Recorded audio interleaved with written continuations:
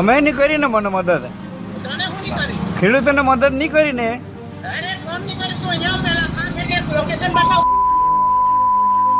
તું ગાળ નહીં બોલ સાહેબ.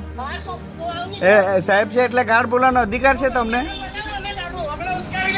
ઉચકી શું કરવાના તું મને મારે થઈ જ ને, મોર્ડર કરે થઈ જ ને, બીજું શું કરે. નમસ્કાર, તાપી ટુડે ન્યૂઝમાં આપનું સ્વાગત છે. માંડવી તાલુકાના સઠવાવ ગામે બનેલી ઘટના અંતર્ગત વાયરલ થયેલા વિડીયો બાબતે માંડવીના ધારાસભ્ય કુંવરજી હળપતિ દ્વારા ખુલાસો. મીડિયામાં વાયરલ થયેલો વિડીયો બાબતે ધારાસભ્ય કુંવરજીભાઈ હળપતિએ વિસ્તૃત માહિતી આપતા જણાવ્યું હતું કે હાઈવે નંબર 56 માટે તેઓ દ્વારા ગાંધીનગર મુખ્યમંત્રીથી લઈ દિલ્હી વડાપ્રધાન સુધી લેખિત રજૂઆત કરવામાં આવી છે અને અનેક વખત ખેડૂતો સાથે મિટિંગો કરી ચૂક્યા છે, જેથી ખેડૂતોનું પણ હિત જળવાય. વધુ વિગતવાર જણાવ્યું હતું કે જે વિડીયો વાયરલ થઈ રહ્યો છે તે આમ આદમી પાર્ટીના પ્રમુખ છે. તેઓ દ્વારા કટ કરીને વિડીયો વાયરલ કરવામાં આવ્યો છે. તે પહેલાં તેઓએ આ બાબતને લઈ મારી પાસે અપશબ્દો બોલી ધારાસભ્ય પદથી રાજીનામું માંગ્યું હતું અને ઉશ્કેરણીજનક વાતો કરી હતી, જેને લઈ આ ઘટના બની હતી તેવું જણાવ્યું હતું. જુઓ તેમણે ખુલાસો આપતા શું કહ્યું. ગઈકાલનો જે વિડીયો વાયરલ કરવામાં આવેલો છે એ માત્ર ને માત્ર આમ આદમી પાર્ટીના પ્રમુખ રાયસિંગભાઈ ચૌધરીનો રોટલો શેકવા માટેના પ્રયાસ કર્યા છે. સતત 2 વખતથી તાલુકા પંચાયત લડ્યો છે અને 2 વખતથી અમે એને ભારે માર્જિનથી હારવી દીધો છે. એટલે કિન્નાખોરી રાખીને આ વિડીયો બનાવવામાં આવ્યો છે.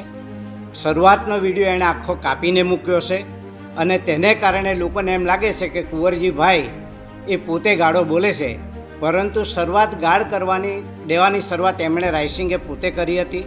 એનામાં તાકાત હોય તો આગલો વિડીયો છે એ આખો વિડીયો મૂકે તો હું જાહેર જીવન છોડવા તૈયાર છું, રાજીનામું આપવા પણ તૈયાર છું. પણ આમ આદમીના પાર્ટીના લોકોને કોઈ પણ ચૂંટણી હોય, ચાહે લોકસભા હોય કે વિધાનસભા હોય કે તાલુકા પંચાયત હોય, કોઈ જગ્યાએ સફળતા મળતી નથી. એટલે હવાતિયા મારવાની ટેવ પડી ગઈ છે અને તેને કારણે આ વિડીયો અપલોડ કરવામાં આવ્યો છે. હું હંમેશા ખેડૂતના પડખે રહ્યો છું, હું હંમેશા ખેડૂતની સાથે રહ્યો છું અને સાથે રહીને ખેડૂતનું નિરાકરણ આવે તેના માટે મેં સીએમને પણ પત્ર લખ્યો છે, નીતિન ગડકરીને પણ પત્ર લખ્યો છે, પીએમ મોદી સાહેબને પણ પત્ર લખ્યો છે અને ખેડૂતોના હિતમાં આ નિર્ણય થાય તેના માટેના મારા અથાગ પ્રયત્નો હતા. પરંતુ કેન્દ્ર સરકાર દ્વારા આ રસ્તો મંજૂર કરવામાં આવેલું છે અને ધારાસભ્ય સાથે એને કોઈ લેવા દેવા નથી અને મેં હંમેશા એમની સાથે 4 વાર પોઝિટિવ મિટિંગ પણ કરી છે ખેડૂતોની સાથે. આ 4 મિટિંગમાં પોતે રાયસિંગ ચૌધરી આવ્યો જ નથી અને ખેડૂતોની વાત કરે છે, પણ એ અસરગ્રસ્ત ખેડૂત પણ નથી. માત્ર ને માત્ર લોકોને ઉશ્કેરવાનું કામ અત્યારે એ કરી રહ્યો છે. તેને હું ચોક્કસપણે કહી શકું છું આવનારા દિવસોમાં જરૂર પડશે તો એમની સામે એફઆરઆઈ ફાડવાની પણ મારી તૈયારી છે અને એની ધરપકડ થશે તેવા પણ પ્રયત્નો હું કરીશ.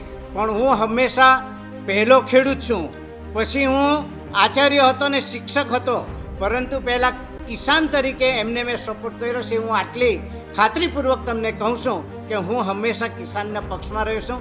મારી સરકાર હંમેશા કિસાનને પડખે રહી છે, ચાહે દુકાળ હોય, ચાહે અતિવૃષ્ટિ વરસાદ હોય, ત્યારે પણ પેકેજ આપવાનું કામ પણ અમારી રાજ્યની સરકારે અને ભારત દેશની સરકારે કર્યા છે.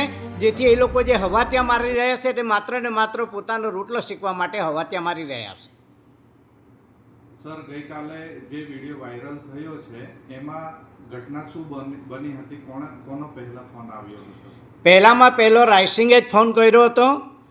એ આમ આદમી પાર્ટીનો પ્રમુખ છે અને તેના ઉશ્કેરાઈ જવાને કારણે મારી પાસે રાજીનામું માંગ્યું હતું અને રાજીનામું માગવાનો એનો કોઈ હક નથી. મને જનતાએ ચૂંટેલા છે, હું આમ આદમીના પાર્ટીના નિશાન ઉપર ચૂંટાયો નથી.